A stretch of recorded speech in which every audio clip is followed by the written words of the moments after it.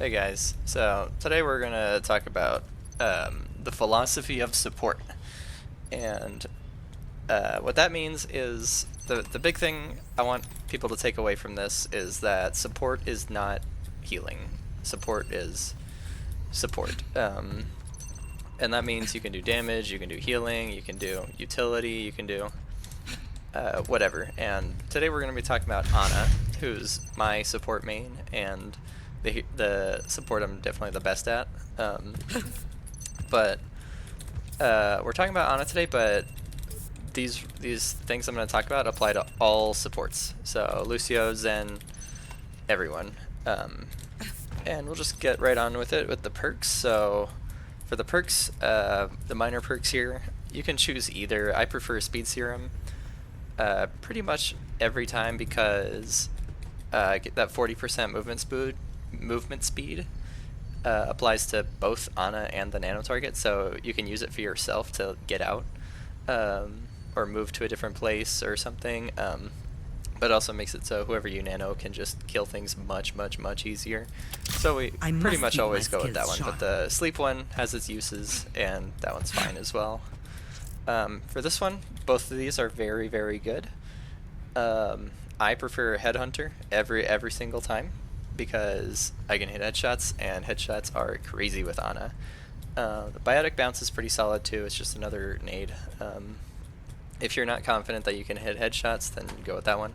But if your aim is at least decent, you should always choose headshots. You made the right because decision. if you go from 1, 2, 3, 4 to 1, 2, you can secure so many kills that way.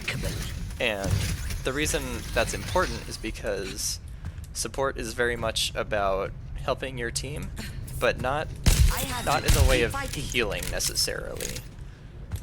Sometimes damage is healing. So if you kill something, they can no longer deal damage to your team. So we'll look at this here.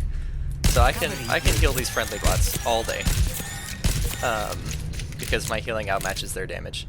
But this is not the case for regular games. If this is a Soldier 76 and like a Junkrat or something, your healing will never match their damage. So what you can do is, if there's a soldier right there, you can give one heal, headshot, and he backs off, and that's damage prevented. Or you can just straight up kill him, and that's no damage to this guy at all. Same with this Junkrat. If you just kill the Junkrat, this guy won't be taking damage anymore. That's technically healing you've done, and obviously that doesn't show up in the scoreboard, but that damage, or the damage you inflicted, prevented so much damage being done to your team. And the math works out to you actually prevented more damage than you could possibly heal. So in that case, damage is actually more healing than healing, which sounds weird, but that's how it works in this game.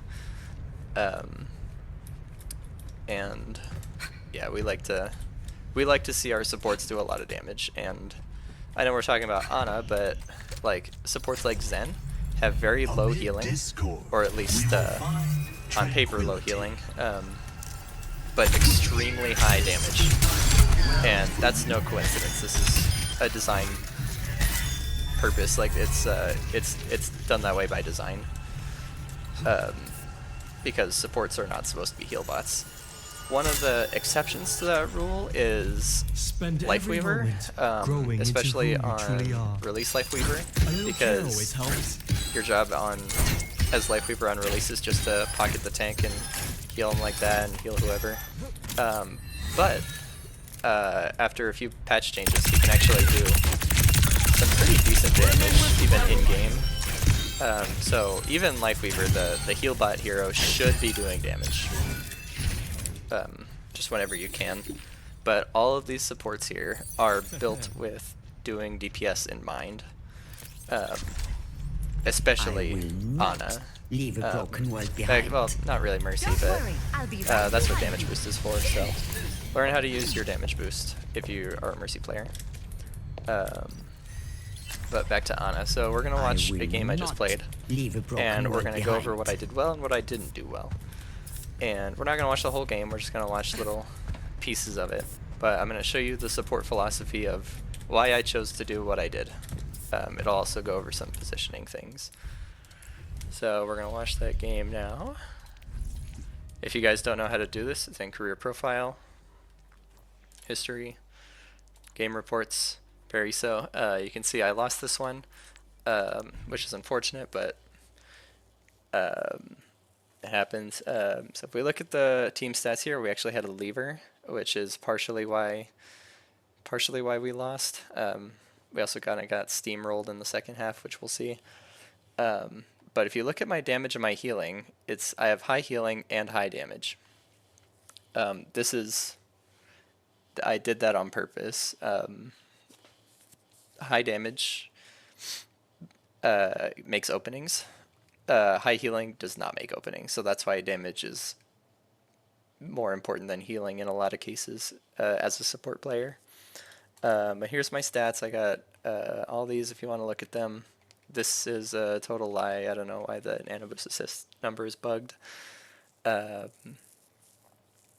yeah, if you look at those stats, that's what it is. So we're gonna look at it now. Ready for battle. So we're gonna spectate me.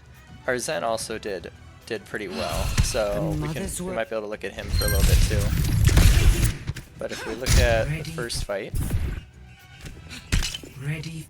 Alright, so let's watch this entire first fight.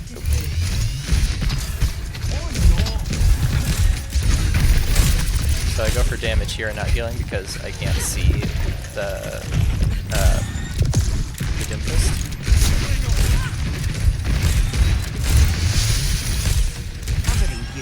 So see how I instinctively go for damage and not healing? Because I want to help my team make an opening for them to kill. And I only really heal if I'm safe and behind cover. See, I go for the Pharah kill, and I miss unfortunately, but that's more important than keeping my Doom alive, because my Doom is super low and probably dead anyway, but I can get that kill on the Pharah.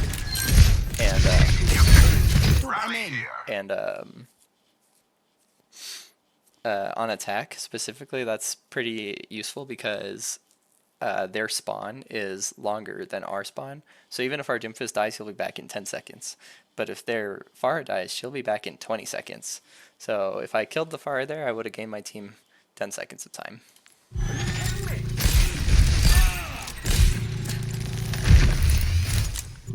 And we get the point, easy peasy. I run the point because it looks like no one else wants to. Help out our Freya here.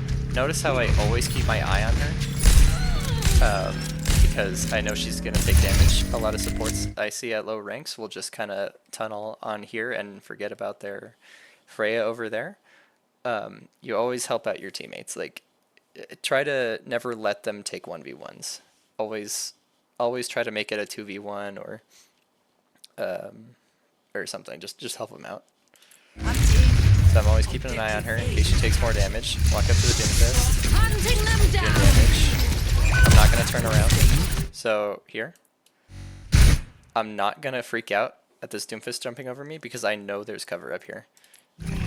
So this is time for me to go go deal damage, which could either kill them or make them back off for a second to get my Freya out or help her get a kill or something. But damage is infinitely more important in this situation than healing that Doomfist. That Doomfist is behind cover. He's not going to take damage. He's not going to die. He can wait. So dealing damage, I miss the Sleep Guard, unfortunately. Get a nade, and we get a kill because of it. So that stagger would not have happened if I went to go heal the Doomfist if I was a heal bot. So that's why damage is so important. Reloading. Hello.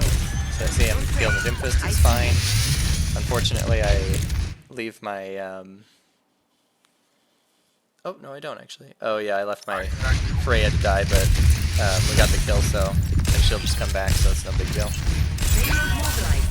Unfortunately, the cart flipped my thing. And right here, watch how I use the cart as cover against these guys. So Hanzo, McCree, Wu Yang, and even Ana over here. If I step in front of the cart, I'm going to die instantly. But if I'm behind the cart, uh, if I'm behind the cart, suddenly in a lot less danger. So we'll play it. So yep, I'm using the cart as cover against all that spam. Personne n'échappe à We'll go mon back to regard. spectate me. So I'm still using the cart as cover. I'm looking. I just got nano, so I want to look for something to use it when. I see the Doomfist is engaging, and he's kind of in the middle of disengaging. So, and I do nano here, so it's probably not the most optimal nano, but as you'll see, it You're works powered out up. Get in there. because he's able to walk around, gets a kill on the Ana, and that's a worthy nade already, or worthy thing over here. And what I'm doing here, my Widow, I don't see the Hanzo, but I do see our Widow over here. She's looking up here, and she's also pinging. So I know someone's up here. I can also use my ears, and I can hear the Hanzo up here. And I don't know if he's going to be looking at my Widow or at me. So that's why I stayed behind cart. I will in a second. Yep, I use the cart as cover against the Hanzo in case he wants to peek me. Still keeping my eye on that. And I see him out of the corner of my eye. Try to hit the nade, but doesn't work. It's too far away. And I'm still thinking about, even though I'm looking at the fight going on over here, I'm still thinking about what's going on to my left. Because if the Hanzo peeks again, I'm going to kill him. And I'm going to help my Widow get to where we are. So even though I'm looking here, I'm still paying attention to what's going on the left. You can see me look that way every once in a while. Yep. And we got point. I try to sleep it, it jumps away and I miss. Missing sleep guards We're is fine. outnumbered. Be You careful. can just take them. Hazards are typically really easy to sleep. I missed a lot of sleeps this game, but it is what it is. Then we move on. You're fine. And my Doomfist does something really cool here. So you can hear the dragon coming from over here. We know it's coming from over here because the Hanzo's still not dead. And we know he's still over there because he hasn't crossed. So object permanence. Remember that he's over here. Pay attention. So that's why I know it's coming from that direction. This Doomfist is super chill. Hops into the dragon, take a little bit of damage for me to get some ult charge. That's beneficial in every universe because the dragon is an ult and therefore doesn't generate ult charge. So him stepping into the dragon and taking damage from me is such a bro move, and I love him for that. So our Doomfist was really good this game. But that's something you can think about. Well done. For your supports. Yeah, Hanzo's still over there. We don't really like him over there because he's just free, so our Doomfist is going to go engage. We're going to take it slow here. Not peek out, not try to advance, not try to force the point or anything. If they step out, we can kill them, but we should not go in because if we step in there, they'll kill us. So keeping my eye out for what's going on over there. And right there, what I did. We'll replay that.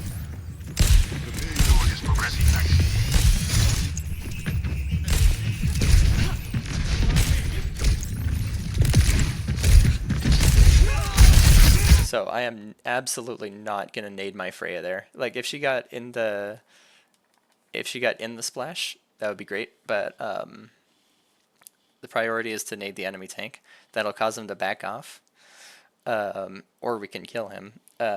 And the reason I don't want to nade my Freya is because you can see she has an orb and she's gonna survive. Hazard can't kill people that fast, so I know I have at least half a second to think about what to do about the Freya. So I can look at her, heal her, and see the Hazard put up a wall and disengaged. That prevented him from killing both our Freya and our Zen. If I decided to nade only the Freya and heal the Freya, he could have just kept walking. And he might have gotten the kill, he might not have, but it's, you know, what I like to say is bare your fangs a little bit. You know, if you think about like a medieval battle, you have a sword and shield. If you have a sword and a shield, that's ideal.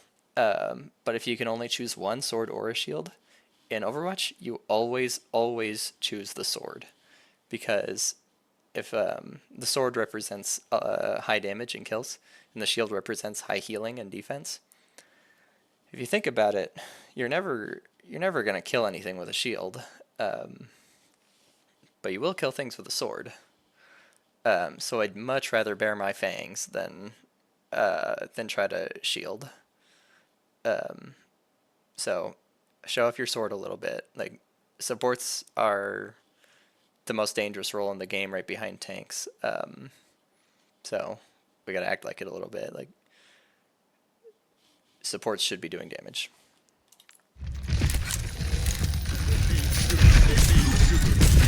Hunting them down. So see how I got the sleep, and we were all patient and waited for the Doom to charge his punch, and we got the kill because of that. I didn't have nade, but I would have thrown a nade if I had one, and just to secure the kill. So that's something you got to know as Ana is patience after sleeping, and your teammates have to understand that as well. And this is a particularly good example of it. But sometimes people will just like shoot whatever, and even in Masters games, people just shoot to sleep. The Eye of Horus watches over you. So I heard the high noon. I know it's over here because in my headphones it was coming from this direction. But also reasonably, it's not going to be down here. That's the stupidest place for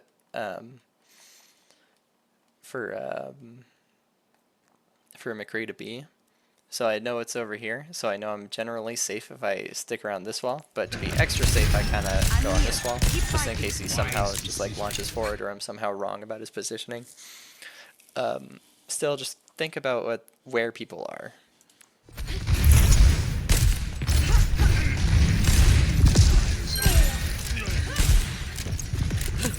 So, positioning tip, Ana is really bad on cart, so go up here, this is what I'm doing.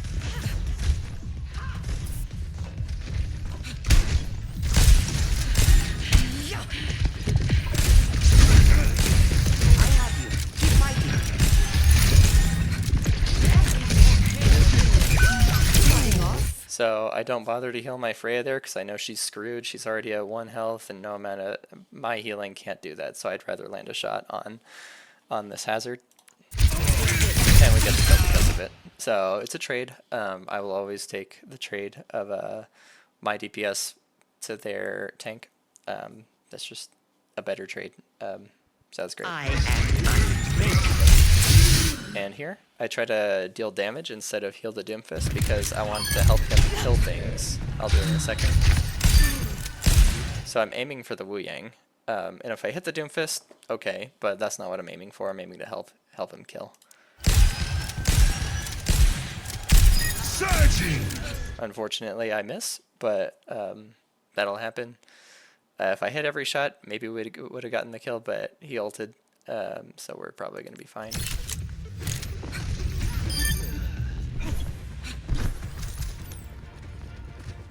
The payload is approaching its destination. So this positioning here is very good for Ana.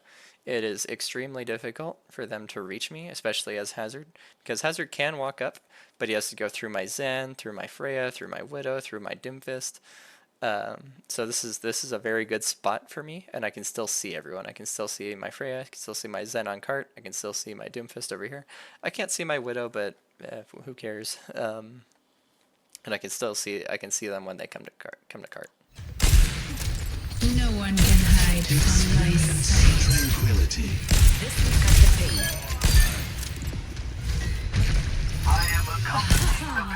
You're powered up. Get in there. So that's the first round. There's not much more to talk about in the later rounds, but I can show you. We Eye of Horus, what? kind of get steamrolled a little bit, and then over time they push us really far, and then we have a lever right around here. So it's just kind of unwinnable at that point. But yeah, that's support philosophy. So lesson is do damage. It helps more than healing in a lot of cases. And we can also look at the stats again, game reports. If we look at my damage, I have 10,000 damage, 15,000 healing. I know we looked at this already, but as Ana, you actually want more damage. You want your damage and healing to be about equal. And why this number is important is because it's much bigger than their Ana's number, which means I was on the offense. I was bashing on their shield a lot with my sword, which makes them have to shield up a little bit to survive. But that's support philosophy. Sword and shield, but if you have to choose one, always choose the sword. If I see any Ana with 0 damage in a game, I'm gonna be upset. I will personally come to your house and make you a nice warm cup of tea. But yeah, please do damage as support. Do not heal bot. Heal botting is probably one of the worst things you can do as support. It's just invites their team to come and kill you. Yeah, so thanks for watching.